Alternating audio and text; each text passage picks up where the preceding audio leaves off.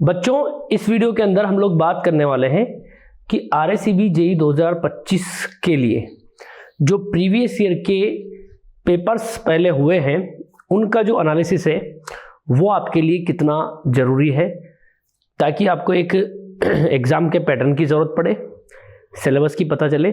ठीक है, तो चलो करते हैं इस वीडियो को स्टार्ट।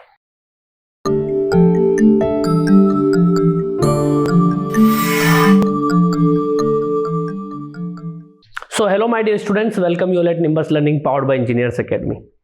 आपके लिए हर बार हम कुछ ना कुछ जानकारी के लिए वीडियोस लेकर के आते हैं, और इस वीडियो में सबसे पहले मैं बात करना चाहूँगा कि RSCB का सिलेबस का पैटर्न क्या, एग्जाम का पैटर्न क्या है, ताकि फिर मैं प्रीवियस ईयर के जो पेपर हुए हैं उसकी बात करूँगा। ठीक है, तो आपका पेपर दो पार्ट में आएगा बच्चों, पार्ट ए और पार्ट बी। इंडिविजुअल आपको दोनों के लिए 60 मिनट्स दिए जाएंगे। ठीक है, पार्ट ए जो रहेगा उसमें प्रोफेशनल नॉलेज यानी टेक्निकल सारे सब्जेक्ट आएंगे, 60 क्वेश्चंस आएंगे, 2 नंबर का एक क्वेश्चन होगा, 120 मार्क्स का ये आपका टेक्निकल पोर्शन रहेगा। ठीक है, पार्ट बी जिसके अंदर आपका रीजनिंग एंड मेंटल एबिलिटी आएगी, जिसमें 8 मार्क्स के 8 क्वेश्चन आएंगे, 8 क्वेश्चन 8 मार्क्स के। ठीक है, जनरल नॉलेज में जीके एंड एवरीडे साइंस, उसमें भी आपको इसको डिवाइड कर रखा है, GK related to Rajasthan 36 questions 36 marks के, और GK related to world Indian everyday science mix करके 12 क्वेश्चन आएंगे 12 नंबर के। ठीक है, उसके बाद आपकी जनरल हिंदी आ जाती है 10th लेवल की, 8 क्वेश्चन 8 नंबर के, जनरल इंग्लिश वो 10th लेवल की 8 क्वेश्चन 8 नंबर के, और mathematics 11th and 12th level की। ठीक है, 8 क्वेश्चन 8 नंबर के, तो टोटल आपके 80 क्वेश्चन हो गए 80 नंबर के नॉन टेक में। ठीक है, तो टोटल अगर आप देखोगे तो आपके 140 क्वेश्चन हो जाएंगे 200 नंबर के। ठीक है, चलिए अब आगे हम स्टार्ट करते हैं कहानी को, जो कि 2021 में वैकेंसी आई थी बच्चों, उस पेपर का हमने एक एनालिसिस किया था उसी टाइम पर जब पेपर हो गया था। ठीक है, तो आप देखो यहाँ पर कि किस सब्जेक्ट का वेटेज आपको कितना यहाँ पर मिला था। देखिए, सर्किट 20 क्वेश्चन आए थे, टोटल 20 क्वेश्चन का मतलब है 40 नंबर का आपका नेटवर्क आ गया था। 40 नंबर मायने रखते हैं बच्चों, यानी आप ये बात मान के चलिए ये सारे सब्जेक्ट आपको पढ़ने हैं। ठीक है, और यहाँ पर फिर अगले वीडियो में हम बात भी कर लेंगे कि कितना आप टारगेट अपना लेकर के चले। EMFT का कोई क्वेश्चन नहीं आया था, यानी इसको आप बेसिक मैथ्स एजुकेशन वगैरह देख करके चले जाएं तो ठीक है, नहीं तो कोई दिक्कत नहीं है ना। मटेरियल साइंस के भी कोई क्वेश्चन नहीं थे, है ना, बहुत बेसिक लेवल का मतलब पेपर आता है। अब ऐसा क्वेश्चन आ गया हो कि निम्नलिखित में से कौन सा कंडक्टर है ना, तो उसको अपन मटेरियल साइंस में नहीं डाल के उसको बेसिक एक इंजीनियरिंग का पार्ट बोल देते। ठीक है, उसके बाद मेजरमेंट के 7 क्वेश्चन आए थे बच्चों 14 नंबर के। ठीक है, समझ गए मेरी बात को। फिर उसके बाद आपका एनालॉग इलेक्ट्रॉनिक्स के 4 क्वेश्चन आए थे, यानी 8 नंबर के आए थे। ठीक है, डिजिटल इलेक्ट्रॉनिक्स इंपॉर्टेंट है बच्चों, 4 को, बहुत बेसिक लेवल के, ज़्यादा डीप में जाने की जरूरत नहीं है, बहुत बेसिक लेवल का आपको पढ़ना है। ठीक है, पावर इलेक्ट्रॉनिक्स 3 क्वेश्चन आए थे, बहुत बेसिक लेवल के, SCR वगैरह इनसे रिलेटेड। ठीक है, कंट्रोल सिस्टम के बच्चों आपके 4 क्वेश्चन आए थे 8 नंबर के, मशीन्स के आपके 8 क्वेश्चन आए थे 16 नंबर के, और power system switch gear and protection के 10 क्वेश्चन आएंगे। ठीक है, आए थे मतलब 20 नंबर के। मतलब मेरा जो आइडिया कहता है कि 60 में से जो 40 क्वेश्चंस जो आपको देखने को मिलेंगे, सर्किट, पावर सिस्टम, मशीन और कंट्रोल सिस्टम, इनके आपको सबसे ज्यादा क्वेश्चन 60 में से मान के चलो कि 35 से 40 क्वेश्चन आपको इन 4 सब्जेक्ट के मिल जाएंगे। ये मुझे इसलिए मैं कह रहा हूं क्योंकि IBPS महाट्रांसको का भी एग्जाम लेता है, वहां भी पावर सिस्टम बहुत मतलब पूछा जाता है भर भर के, तो थोड़ा सा इन सब्जेक्ट को आप थोड़ा सा बढ़िया से पढ़ें बच्चों। ठीक है, और उसके बाद मैं आपसे बात कर लेता हूँ पार्ट बी की, रीजनिंग और मेंटल एबिलिटी। बच्चों ये कुछ सेलेक्टेड मैंने टॉपिक्स लिए हैं प्रीवियस ईयर के पेपर के एनालिसिस के आधार पर। ठीक है, आपके 8 क्वेश्चन आते हैं 8 नंबर के, मैंने टॉपिक ले लिए 1 2 3 4 5 6 7 8 9। हर एक टॉपिक का अगर आप एक एक क्वेश्चन भी लेना तो भी आपका काम होगा। वैसे पजल आती है ना, तो जो पजल जो होती है ना, पजल में तो ये मान के चलिए 3 क्वेश्चन एक साथ आ जाते हैं, सिलॉक्स आते हैं तो उसमें 2 या 3 क्वेश्चन, तो मतलब कहानी 4 टॉपिक में खत्म हो जाती है।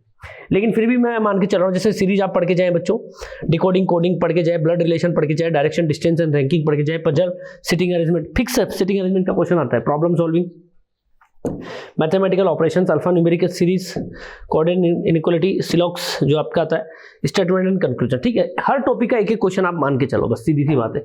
इसके अलावा टॉपिक नहीं पढ़ने हैं, मैं गारंटी दे रहा हूँ, इसके अलावा नहीं पढ़ने हैं।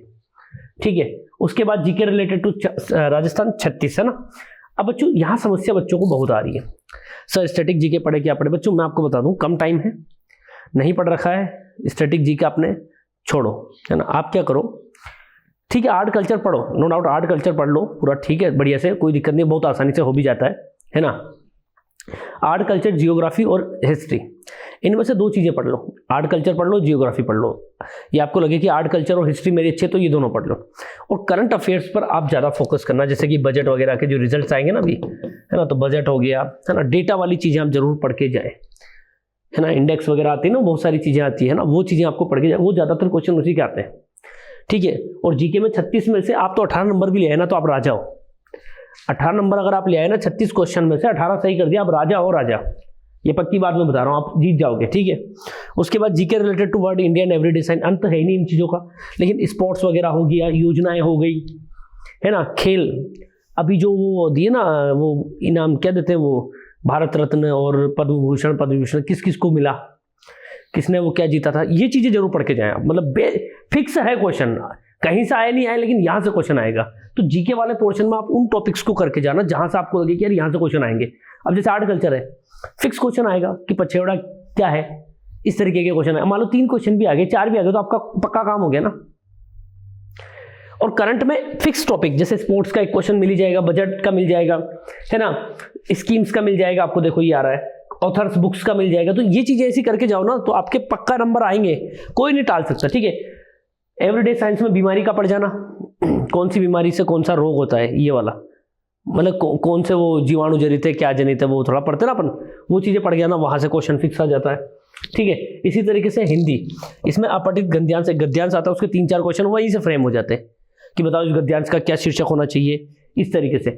विलोम वगैरह भी आ जाता है, कभी कभी फिल इन द ब्लैंक्स आ जाता है, गद्यांश में रिक्त स्थानों की पूर्ति करो, त्रुटि वाला बहुत आता है, रुको मत जाने दो, इस तरीके से, है ना। त्रुटि, शब्द त्रुटि, वर्तनी, वाक्यांश के लिए एक शब्द, विलोम शब्द हो गया उधर, है ना, और मुहावरे और लोकोक्ति, ये 8 क्वेश्चन, ठीक है। तो बहुत बेसिक लेवल का आपको पढ़ के जाना है, ज्यादा लोड नहीं लेना है।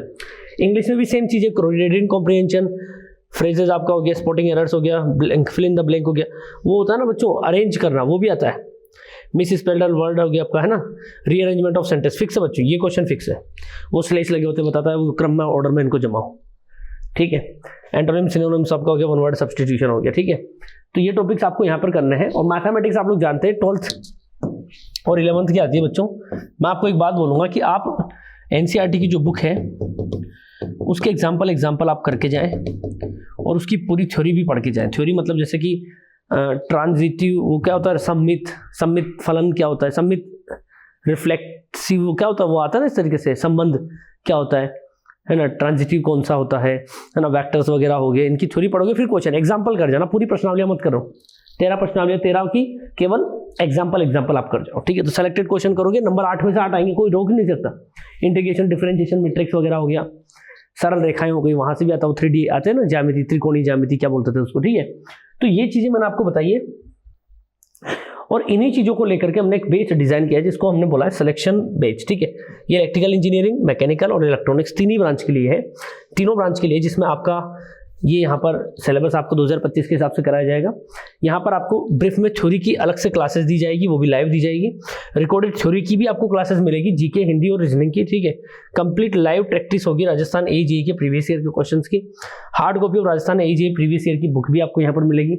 लेक्चर्स की PDF आपको मिल जाएगी, ठीक है। अनलिमिटेड लेक्चर आप देख सकते हैं, ठीक है। मोबाइल, डेस्कटॉप और लैपटॉप पर आप देख सकते हैं, 24/7 एक्सेस है।